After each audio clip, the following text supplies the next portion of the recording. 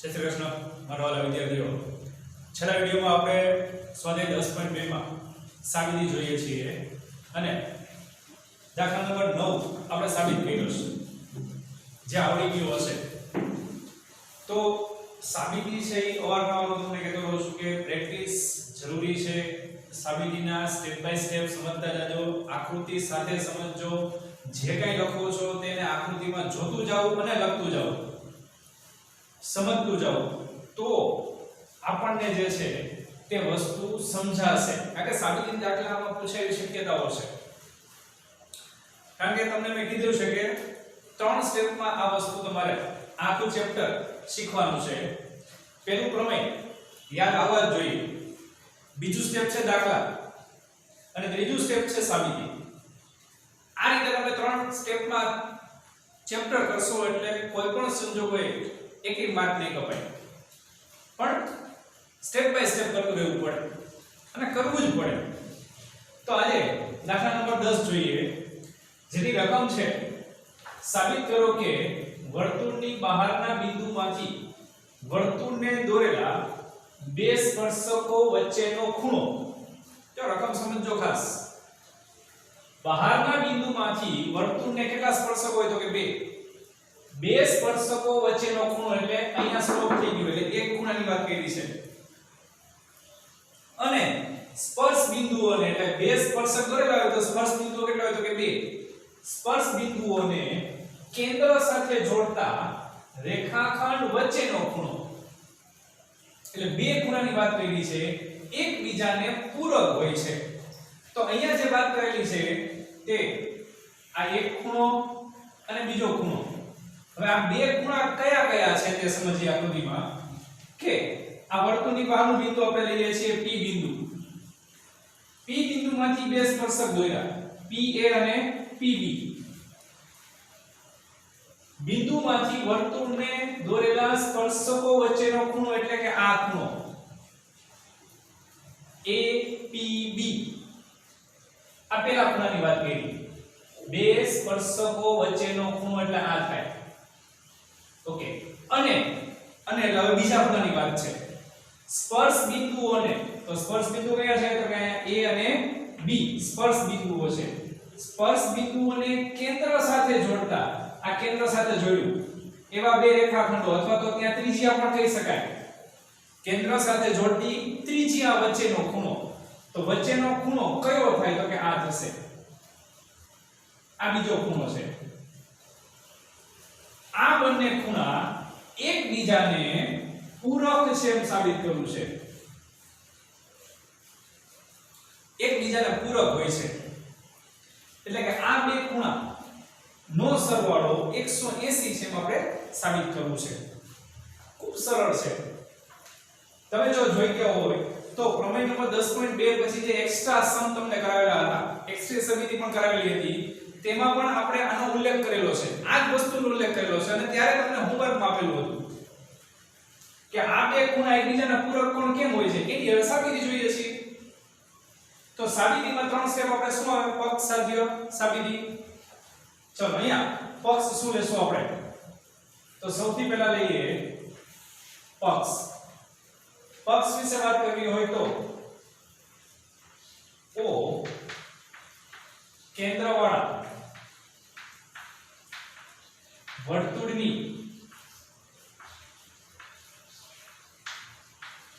બહારના બિંદુ P માંથી,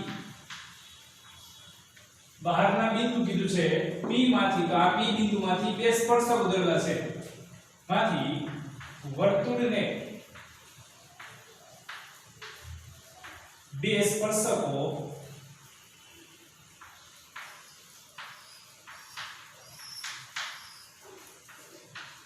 PA અને PB છે,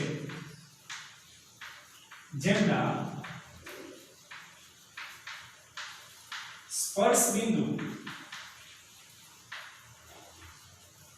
અનુક્રમે A અને B છે. O કેન્દ્રવાળા વર્તુળની બહારના બિંદુ P માંથી વર્તુળને બે સ્પર્શકો દોરેલા છે, જે બંને સ્પર્શકો આપણે કીધા PA અને PB છે, જેમના સ્પર્શ બિંદુઓ P બિંદુમાંથી PA સ્પર્શક દોરીએ તો A શું થશે? તો કે એનું સ્પર્શ બિંદુ. PB જો આપણે બીજો સ્પર્શક દોરીએ તો PB શું થાય? તો કે એનું સ્પર્શ બિંદુ. તો A અને B શું છે? તેના સ્પર્શ બિંદુઓ છે. તો આ થશે આપણા માટે માત્ર ને માત્ર પક્ષ. તો હવે વાત કરીએ આપણે સાધ્યની. તો સાધ્ય શું થશે? તો અહીંયા આપણે સાધ્ય તરીકે શું લેવાનું છે? તો સાધ્ય તરીકે આવશે કયા બે ખૂણાનો સરવાળો 180 છે, કયા બે ખૂણા પૂરક છે તે દર્શાવવાના છે. તો આકૃતિમાં તમે જોઈ શકો છો કે ખૂણો AOB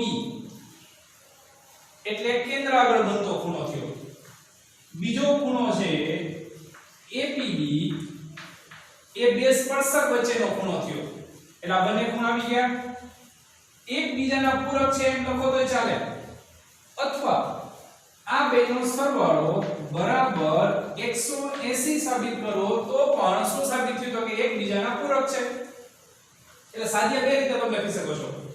અહીં એમ લખી શકાય કે ખૂણો AOB અને ખૂણો APB એકબીજાના પૂરક કોણો છે અથવા પૂરક છે, અથવા આ સાધ્ય લખી શકો છો કે ખૂણો AOB વત્તા ખૂણો APB બરાબર 180.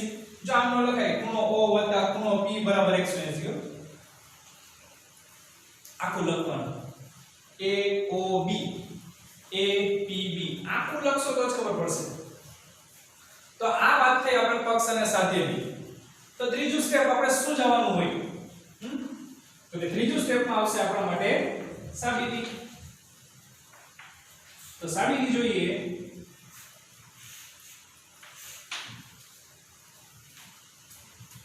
ચલો સાબિતીની શરૂઆત ક્યાંથી કરવાની? તો કે તમને કીધું છે સાબિતીની શરૂઆત થોડીક પ્રસ્તાવનાથી કરવી. હવે પ્રસ્તાવના ગોતવાને જ જવાની કે તમે જે પક્ષ લખેલું છે તે અનુરૂપ સાબિતીની શરૂઆત કરવાની. ઘણી વાર એવું બનશે કે રકમમાં તમને બધું આપેલું હશે તે મુજબ લખવાનું, પણ આ નહીં લખવાનું. આમાં ક્યાંય આકૃતિમાં દર્શાવેલું નામકરણ નથી આવતું રકમમાં. એટલે ઈ આપણે સાબિતી લખતી વખતે નામકરણ સાથે લખવાનું રહેશે સાબિતી. ઈ ધ્યાન રાખજો ખાસ. તો અહીંયા સાબિતી લઈએ છીએ કે O કેન્દ્રવાળા વર્તુળની બહારના બિંદુ P માંથી વર્તુળને સ્પર્શકો PA અને PB. PA અને PB ઈ સ્પર્શકો થાય. A અને B તેમના સ્પર્શ બિંદુઓ છે. A અને B તેમના સ્પર્શ બિંદુઓ છે. આટલું લખાણ લખાઈ ગયા પછી હવે આગળ થોડુંક વિચારવાનું છે આપણે કે આ બે ખૂણાને આપણે 180 એટલે કે એકબીજાના પૂરક કેમ બતાવવા? સિમ્પલ વસ્તુ છે. ધ્યાનથી જોશો તો વર્તુળને તેના સાઈડમાં મૂકી દો. વર્તુળને સાઈડમાં મૂકીએ તો OAPB ચતુષ્કોણ થાય કે ન થાય? OAPB જો ચતુષ્કોણ થાય તો ચતુષ્કોણના ચારેય ખૂણાનો સરવાળો કેટલો થાય? 360. ચતુષ્કોણના જો ચારેય ખૂણાનો સરવાળો 360 થતો હોય, એમાંથી આપણે આ બે ખૂણાનો સરવાળો 180 સાબિત કરવો છે. તો એનો અર્થ કે બાકીના બે ખૂણા જો આપણે એનો સરવાળો 180 સાબિત કરી દઈએ અથવા તો તેના કંઈક માપ આપણે મેળવી લઈએ તો સાબિત થઈ જાય. તો બાકીના બે ખૂણાને આપણે 180 કેમ સાબિત કરવા? તો ઈઝી છે. પ્રમેય નંબર 10.1 જો યાદ હોય તો પ્રમેય નંબર 10.1 માં એમ કીધું છે કે સ્પર્શ બિંદુએ દોરેલી ત્રિજ્યા સ્પર્શકને લંબ હોય છે. તો અહીંયા પણ એ વસ્તુ લાગુ પડે. તો OA લંબ શું થશે PA અને OB લંબ શું થાય છે તો કે PB. તો અહીંયા લખીએ હવે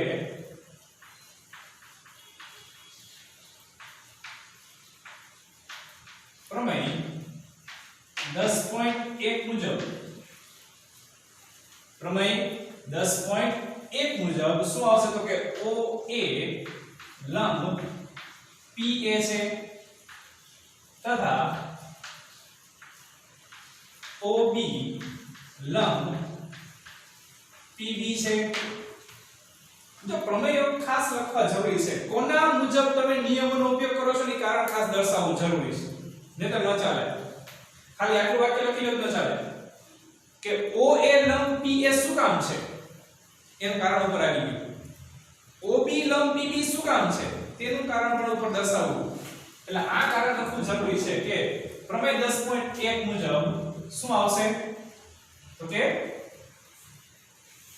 OA લંબ PA અને OB લંબ PB છે. તો શું આવે તો કે ખૂણો OAP બરાબર કેટલા થાય તો કે 90 અંશ. આ બંને પરથી OAP ખૂણાનો કેટલું થાય તો કે 90 અંશ અને ખૂણો OBP બરાબર પણ કેટલા થાય તો કે 90 અંશ.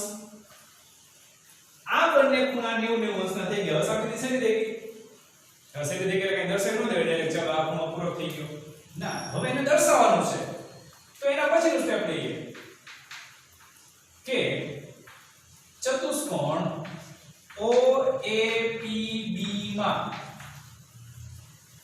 આ ચતુષ્કોણમાં ચારેય ખૂણાનો સરવાળો કેટલો થાય તો કે 180 360 થાય. તો અહીંયા લઈએ છીએ કે ખૂણો AOB વત્તા ખૂણો OBP વત્તા ખૂણો APB અને વત્તા ખૂણો અહીંયા આવશે OAP બરાબર 360. ચતુષ્કોણના ચારેય ખૂણાનો આરભણ કરી લેવાનો. મેં આ ક્રમ લીધો છે OBP અને A. ડાયરેક્ટ OBP અને A. તો તેથી OAB નું માપ નથી ખબર. AOB ને કયો ખૂણો થશે તો કે આ ખૂણાનું માપ ખબર નથી તો એને અંદર રાખીએ. તો તેથી ખૂણો AOB વત્તા OBP આ રીતે કેટલા અંશ છે તો કે 90 અંશ આપેલા છે. આ બંનેનો ઉપયોગ હવે આપણે અહીંયા કરવાનો છે. આ બંને ખૂણાનો માપ આપણને 90 અંશના મળી ગયા છે. એક આ ખૂણો છે અને એક આ ખૂણો છે. એની જગ્યાએ આપણે મૂકશું 90 અંશ. તો તેથી અહીંયા લખીએ 90 વત્તા ખૂણો APB અને વત્તા આ ખૂણાનું માપ પાછું 90 અંશ છે બરાબર 360. તો તેથી ખૂણો AOB વત્તા ખૂણો APB બરાબર 360. 90 વત્તા 90 180. 180 ને બીજી બાજુ આવી દે તો માઈનસ થાય એટલે ઓછા 180. તો તેથી ખૂણો AOB વત્તા ખૂણો APB બરાબર આ બંનેની બાદબાકી શું છે તો કે 180 અંશ. તો આપણે જે સાબિત કરવું છે તે થઈ ગયું આ સાબિત કે AOB વત્તા APB બરાબર મળે છે 180 અંશ. તો આમ પણ લખી શકાય કે આમ ખૂણો AOB અને ખૂણો APB એકબીજાના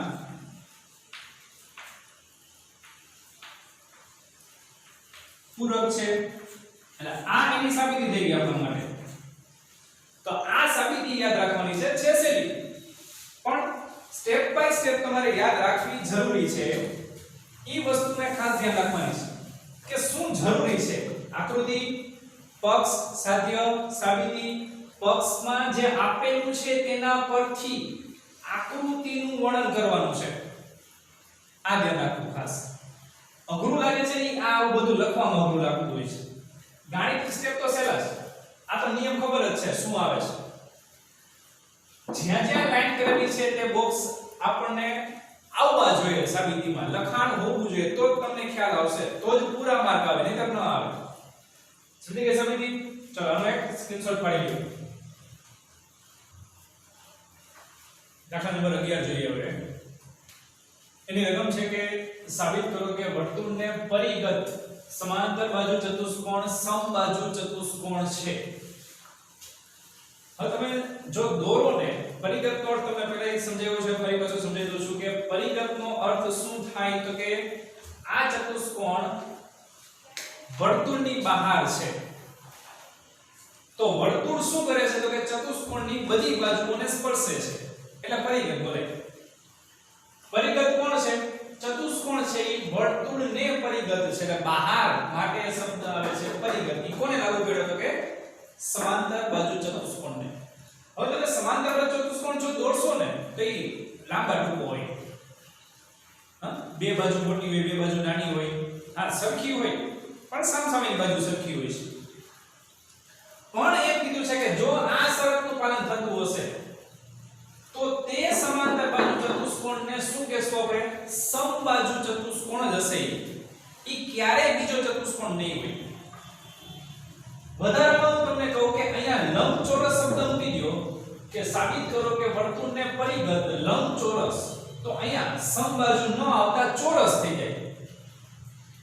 એટલે સમાંતર બાજુ હોય તો સમબાજુ બને, લંબચોરસ હોય તો એ શું હશે? ચોરસ હશે. કારણ કે લંબચોરસ હોય તમે આકૃતિ ન દોરી શકો.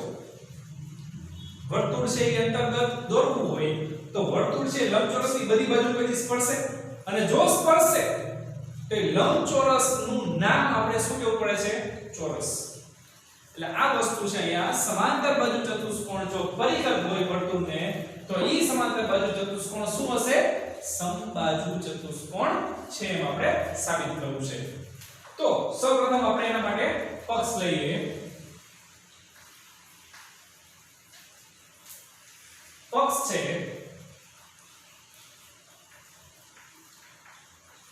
ઓ કેન્દ્રવાળા વર્તુળને પરિગત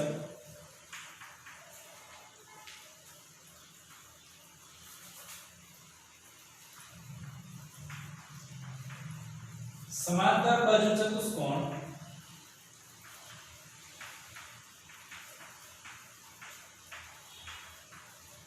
ABCD છે. O કેન્દ્રવાળા આકૃતિ તમે જોઈ શકો છો અહીંયા કે આ જેનું કેન્દ્ર O છે તેવું એક વર્તુળ છે. તો આ ABCD જે ચતુષ્કોણ છે ABCD એને આપણે પહેલા શું કહીએ છીએ? સમાંતર બાજુ ચતુષ્કોણ છે એમ આપેલું છે આપણે. સાધ્ય શું આવશે તો કે સાધ્યમાં લઈએ આપણે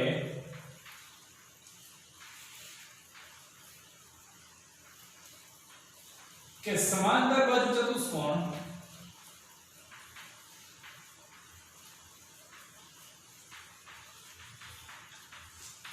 ABCD એ સમબાજુ ચતુષ્કોણ છે તે આપણે સાબિત કરવું છે. સમાંતર બાજુ ચતુષ્કોણ ABCD એ સમબાજુ ચતુષ્કોણ છે આ સાધ્ય થશે. તો હવે આપણે જઈએ તેની સાબિતી ઉપર.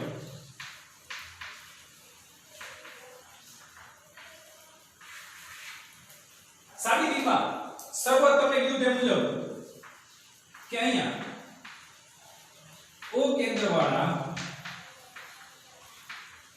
વર્તુળને પરિગત ચતુષ્કોણ સમાંતર બાજુ ચતુષ્કોણ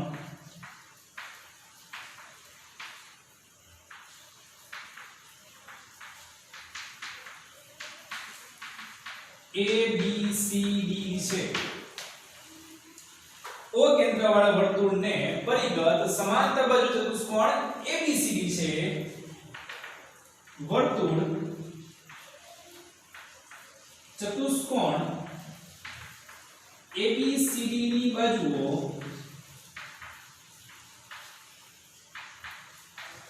AB BC CD અને BA ને અનુક્રમે કયા બિંદુમાં સ્પર્શે છે જો જાગૃતિમાં તો કે AB ને P બિંદુમાં BC ને Q CD ને R અને DA ને S બિંદુમાં તો અહીંયા અનુક્રમે P Q R અને S બિંદુમાં સ્પર્શે છે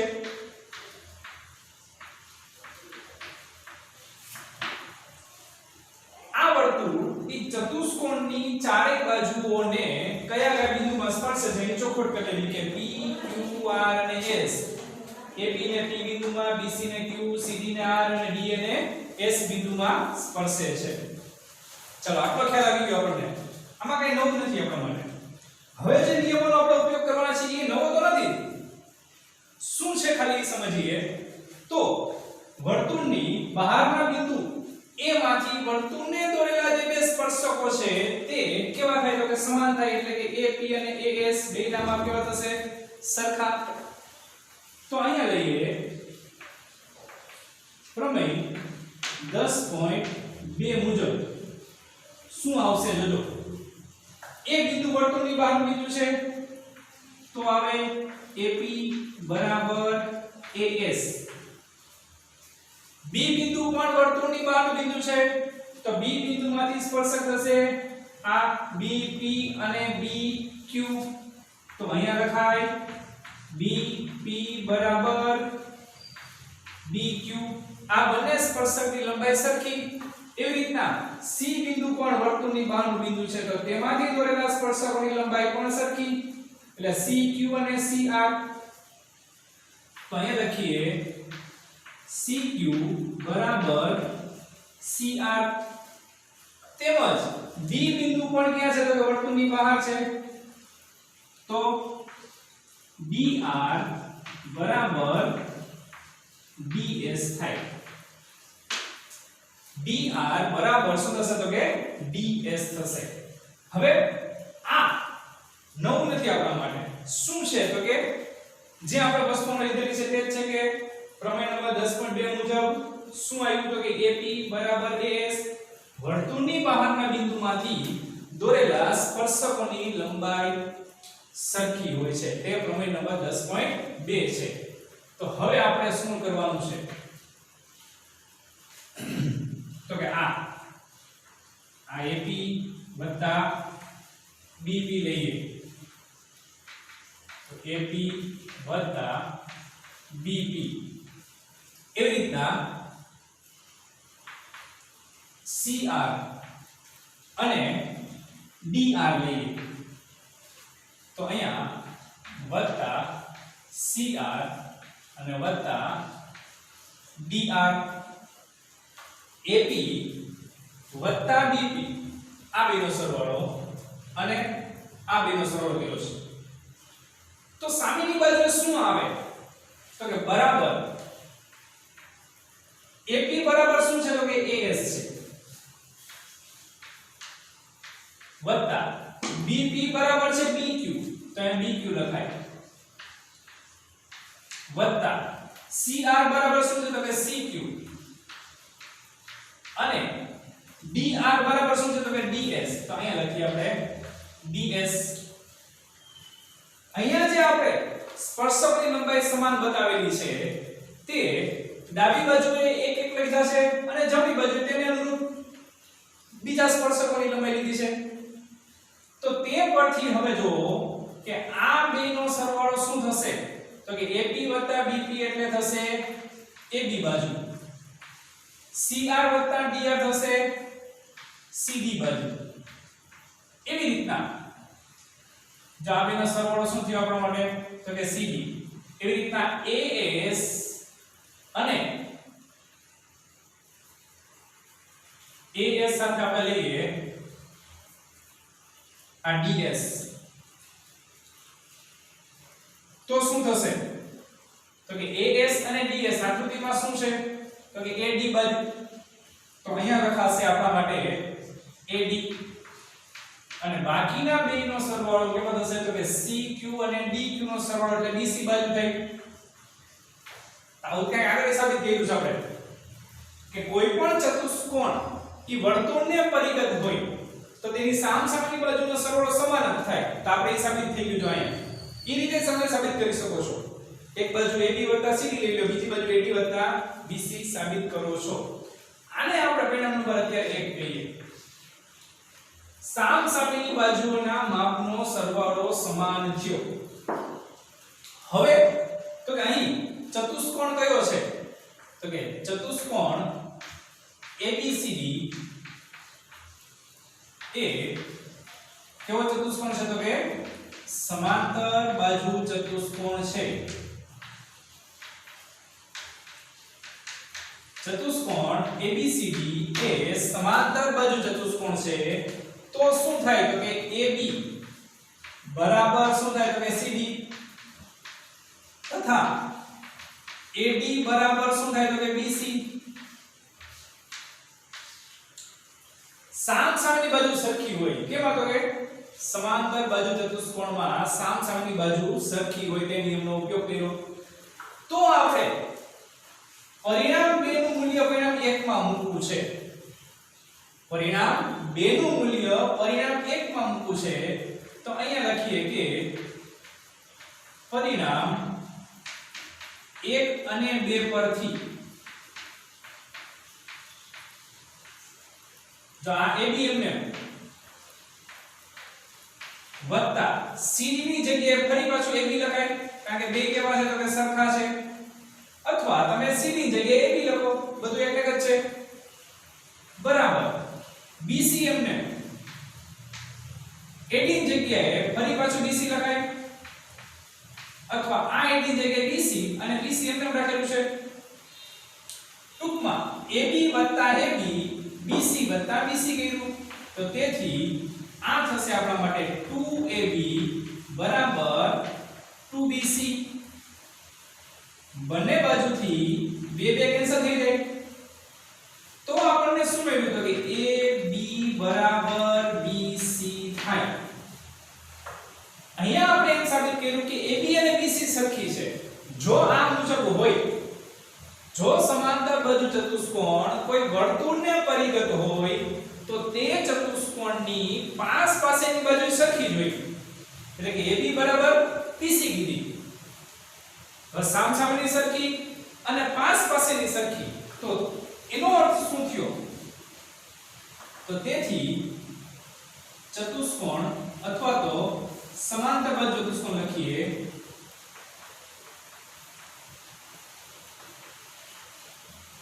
સમાંતર બાજુ ચતુષ્કોણ ABCD માં શું આવ્યું તો કે AB બરાબર BC થાય છે.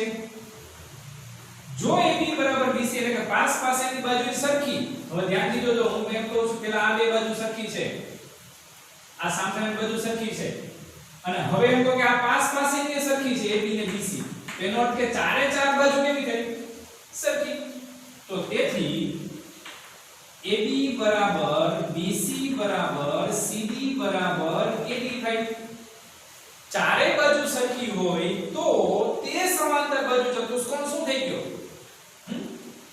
સમબાજુ. આમ સમાંતર બાજુ ચતુષ્કોણ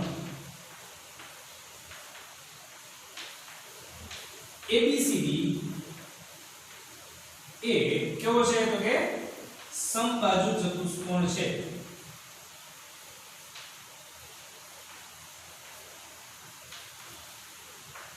આની સાબિતી થઈ. આ રીતે આખી એની સાબિતી મળી શકે આપણને. છે સેલી પણ થોડું સમજી વિચારીને આખું તમારે સ્ટેપ વાઇઝ લખવું પડે છે. શેનો ઉપયોગ કર્યો છે તો કે પ્રમેય નંબર 10.2 નો. વર્તુળની બહારના બિંદુમાંથી વર્તુળને દોરેલા સ્પર્શક લંબાઈ સરખી હોય, પછી સામસામેની બાજુનો સરવાળો સમાન બતાવ્યો. એના પછી આપણે સમાંતર બાજુ ચતુષ્કોણનો ઉપયોગ કર્યો કે સામસામેની બાજુ સરખી જ હોય તો 1 અને 2 માં આપણે મૂલ્ય મૂકી દીધા. એટલે કે પાસેની બાજુ પણ સરખી થઈ ગઈ.